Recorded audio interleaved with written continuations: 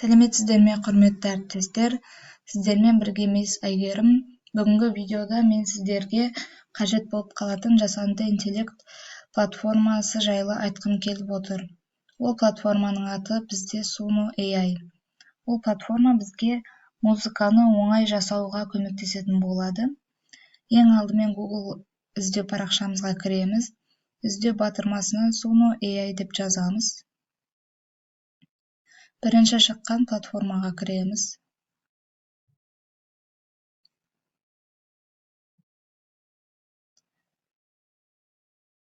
Өздеріңіз көріп тұрғандай, бізде платформаның алғашқы беті ашылады. Сонымен қатар платформа ағылшын тілді. Алайда біз ол платформаны Google-дың көмегімен аудара аламыз. Перевести орыс тіліне, яғни мына жерде 3 точканы басу арқылы сіздер өздеріңізге ыңғайлы тілді таңдасаңыздар болады. Платформамыз аударылды орыс тіліне. Енді біз платформаға войти батырмасын басу арқылы тіркеле аламыз. Яғни бұл жерде өздеріңіз көріп тұрғандай бірнеше вариантпен тіркеле аламыз. Маған ыңғайлысы ол Google почтасы арқылы.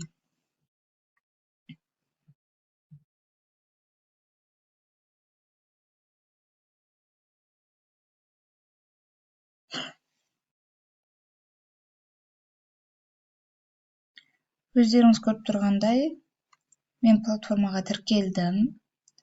Менде 50 кредит бар екен.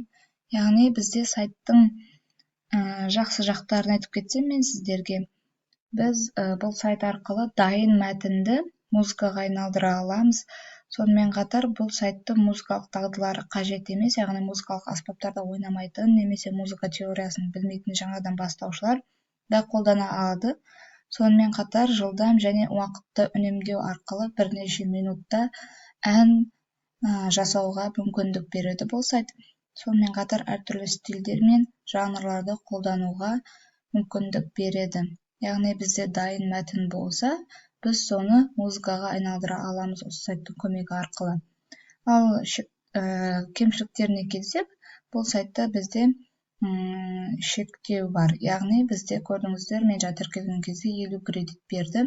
Бұл бізде күніне берілетін кредит саны. Сонымен қатар, яғни бұл жасанды интеллект болғандықтан адамды ауыстыра алмайды. Яғни толық эмоциялық музыкалар жасай алмайды, бірақ алайда музыка жасай алады. Сапасы жағынан кейбір материалдар керемет болуы да мүмкін, бірақ кейбіреулері қанағаттанарлық сапада болуы да мүмкін. Ал енді мен сізге бұл сайттың қалай қолданатынымызды көрсетемін. Ең алдымен create батырмасын басамыз, яғни создавать. Бізде осы жерде lyrics бөлімі тұр. Осы жерге біз әннің мәтінін қоямыз. Менде дайын мәтін болғандықтан соны қойдым. Енді келесі бөлім бізде styles, яғни әртүрлі жанрлар ұсынылады. Осы жерден өзімізге қажетті шамамен келеді деген жанрды таңдаймыз.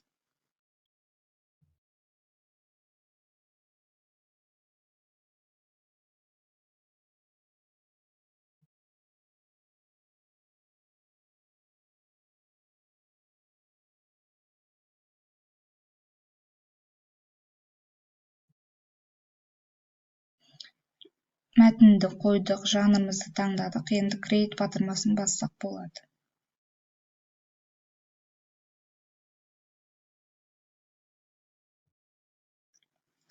Өздеріңіз байқадыңыздар, мен create батырмасын басқанда мына жақта 4 музыка пайда болды. Сонымен қатар бізде 50 кредитіміздің 10 кредит алынды, яғни бір музыка жасаған кезде бізде 10 кредит кетеді екен. Әлі де жасалып жатыр.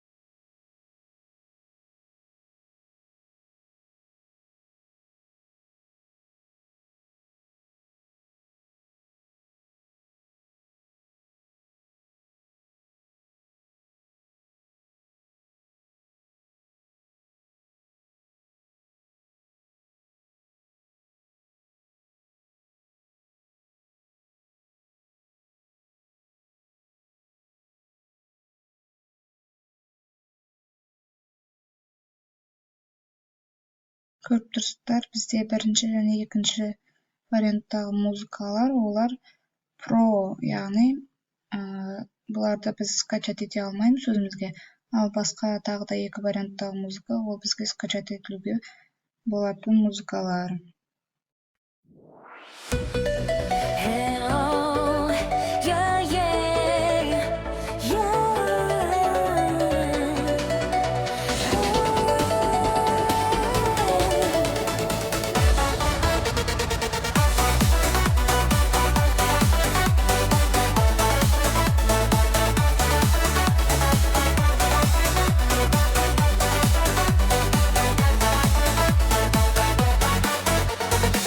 Every day we learn new words, A, B, C, and simple verbs. We read, we listen, we try again. Яғни музыкамызды тыңдайбыз, одан соң эгер музыка өзүбүзгө унаса, биз аны скачать этип алсак болот. Бизде ошол жерде download батырмасы бар. Биз аны MP3 аудио вариантында скачать эте алабыз. Калган варианттары бизге про эсимде болуп тур экен вариантында, сондуктан бизге ол акылуу түрдө болот. Яғни бизге кол жетимдүүлүгү бул MP3 форматта.